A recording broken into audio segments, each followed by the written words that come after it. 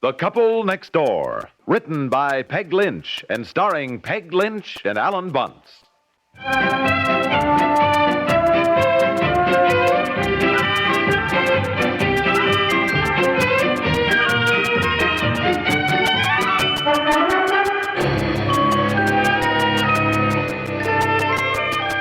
Aunt Effie, come on, now we've got to leave.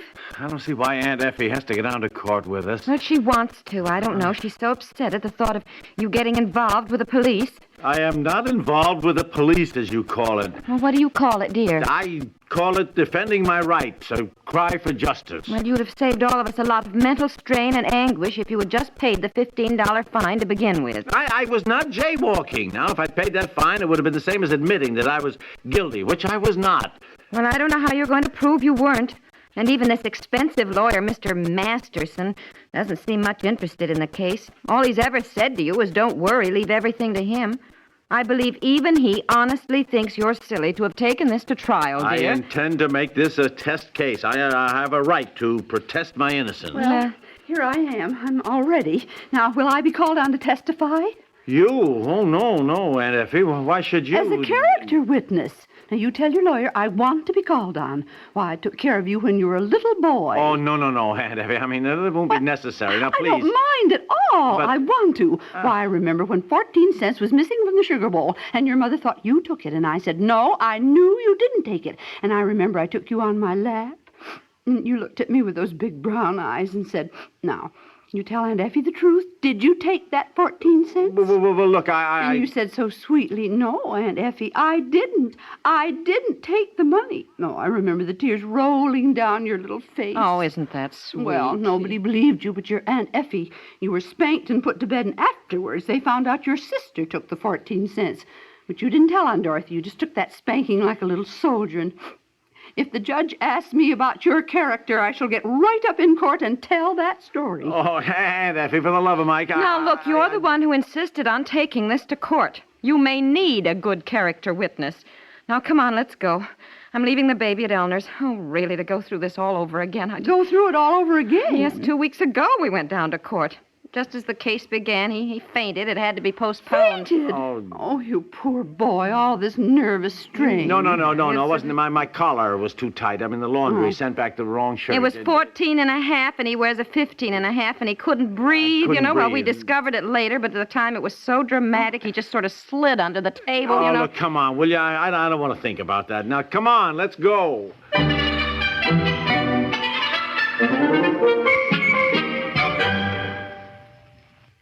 To every one of you listening today who's ever made a contribution to care, thank you.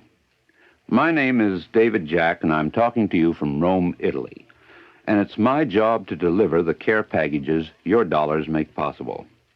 Since CARE's been working in Italy, you have provided at least 20 million meals for hungry people, the unemployed, the refugees, the children in orphanages. Last week, we went to a home for blind children in Sicily. The children were eating the care food you sent.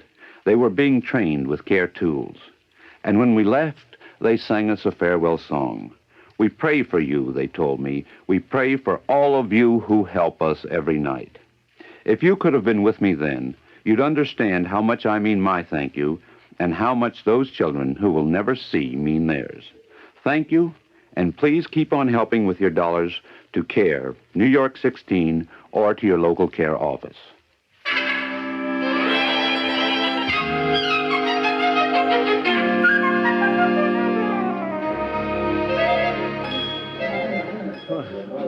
Oh, where's my lawyer? He was to meet me here outside the courtroom. Where is he? Now, don't get nervous. I'm not nervous. He'll be here. Do you remember your speech? Yes, I hope so. Is he giving a speech, too? Well, it's not really a speech. I mean, it's just a few words he wants to say on the witness stand, Aunt Effie, about the rights of an average citizen, sort of a cry for justice. He's been working on it for weeks. Tell Aunt Effie the one line I like that's just wonderful, honey, you wrote. Just the one line. Yes, it is my belief that unless the key of truth opens the door of justice, the door to injustice remains forever locked. Oh, Isn't that nice? Isn't that You are, nice? Mr. Piper. Are you feeling better today? Oh, yes, I'm fine. Thank you, Mr. Masterson. This is my aunt, Miss Sorensen, Miss Mr. Masterson. How do you do? Now, if my nephew needs a character witness, I have known him since he was a little boy, and I have never known him to lie or steal. He is just wonderful to his mother. Aunt Effie, please. Well, Miss Sorensen, I don't think it'll be necessary to call on you, but if it is, fine. Now stop worrying, Mr. Piper. Yeah, don't worry. You just leave everything to me. Well, you remember, don't you, that I have something I want to say on the witness stand? What? Oh, yes, indeed. Now, shall we go in? The first case on the docket is People versus Piper. Oh, dear, I've never been in court before. What happens first? The judge will ask Mr. Piper if he still pleads not guilty. And if so, then he will ask the arresting officer to read his report of the summons. Then I shall cross-examine the officer. Now, there's nothing to worry about. You leave everything to me.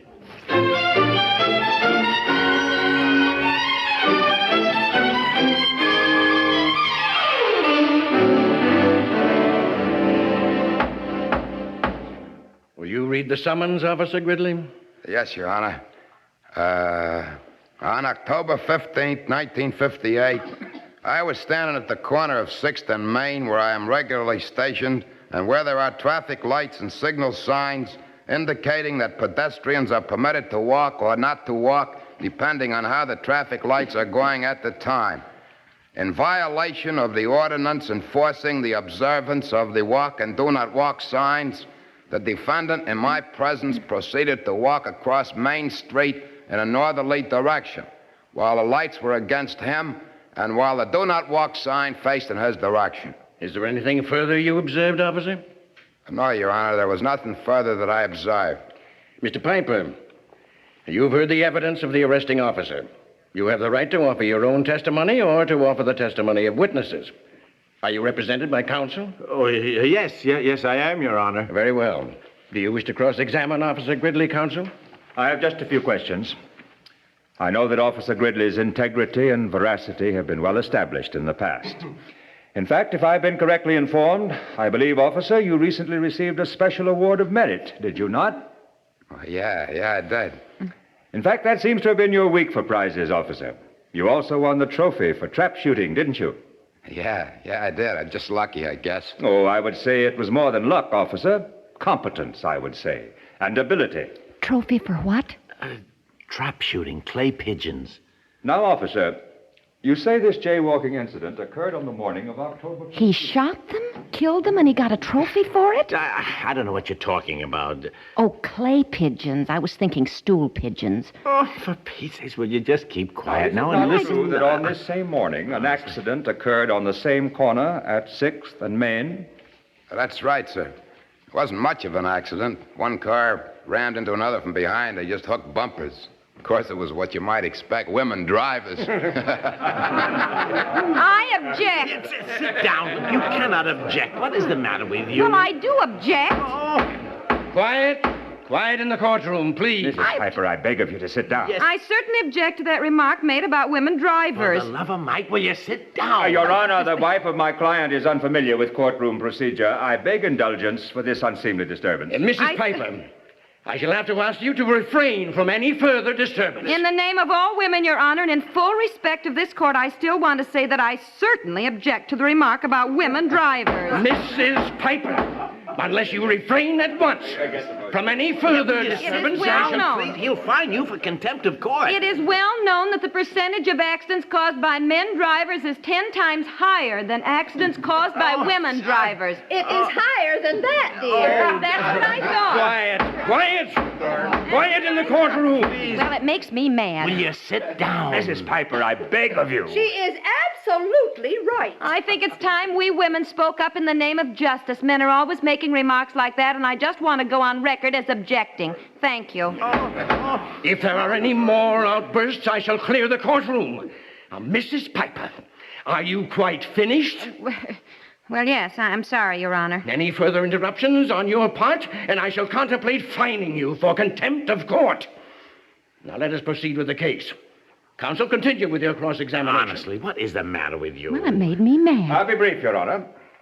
Officer Gridley, would you mind turning around and facing the wall? Thank you.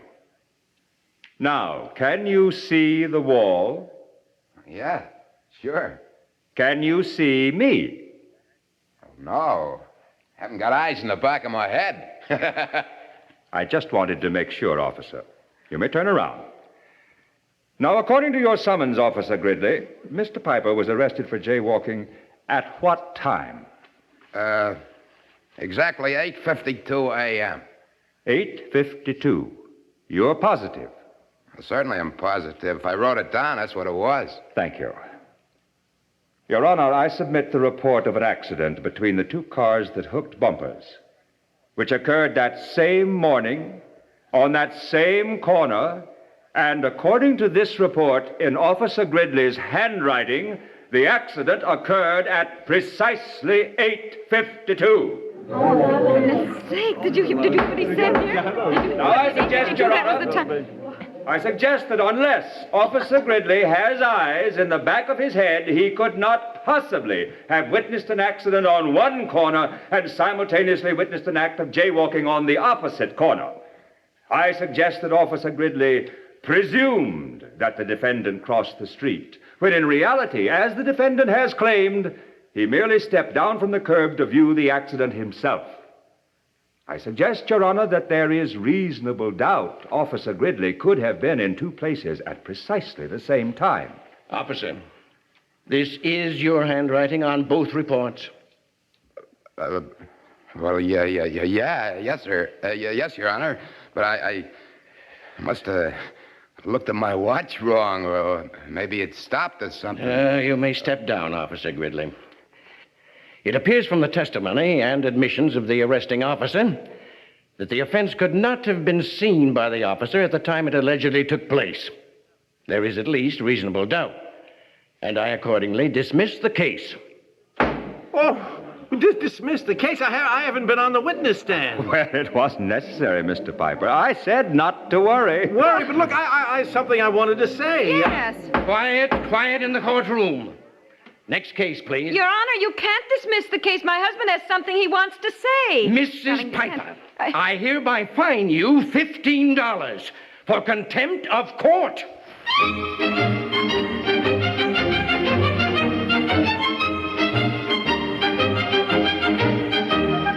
Well, my goodness, all I can say is it was terribly exciting. Now, you two just sit down and relax. I'll make some coffee. Relax. I spent 3 months fighting a $15 jaywalking charge, and then I plunk it out anyhow on a contempt of court charge. Well, I was only trying to help you. I'm sorry you didn't get to give your speech, dear. And I'm sorry you're mad at me. Oh, golly, I don't know what I am. The whole thing was over so fast. Wasn't at all what I planned. And that Masterson, that lawyer, takes all the credit.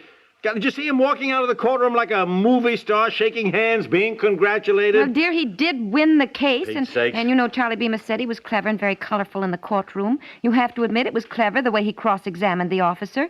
Did you step off the curb to witness the accident? Look, the lawyer was just lucky that the officer made a mistake writing the same time down. That's all. I don't know if I even stepped off the curb. He made that up. I do know I heard the two cars hit each other, and I turned around and I said to some guy, look at that, would you? I bet they're women drivers. And I may have stepped off the curb. I didn't mean In that all exactly. the years that I have been driving, not once have I had an accident or gotten a ticket. Now, But stop it, both of you. You're just all keyed up. Oh, yeah, you're right, Aunt Effie. Honey, Your Honor, I plead guilty to making a stupid remark. Well, I give you a suspended sentence of 50 years, not making any more remarks about women drivers. Case dismissed. All right, fair enough. Come on, let's have some coffee. What a day.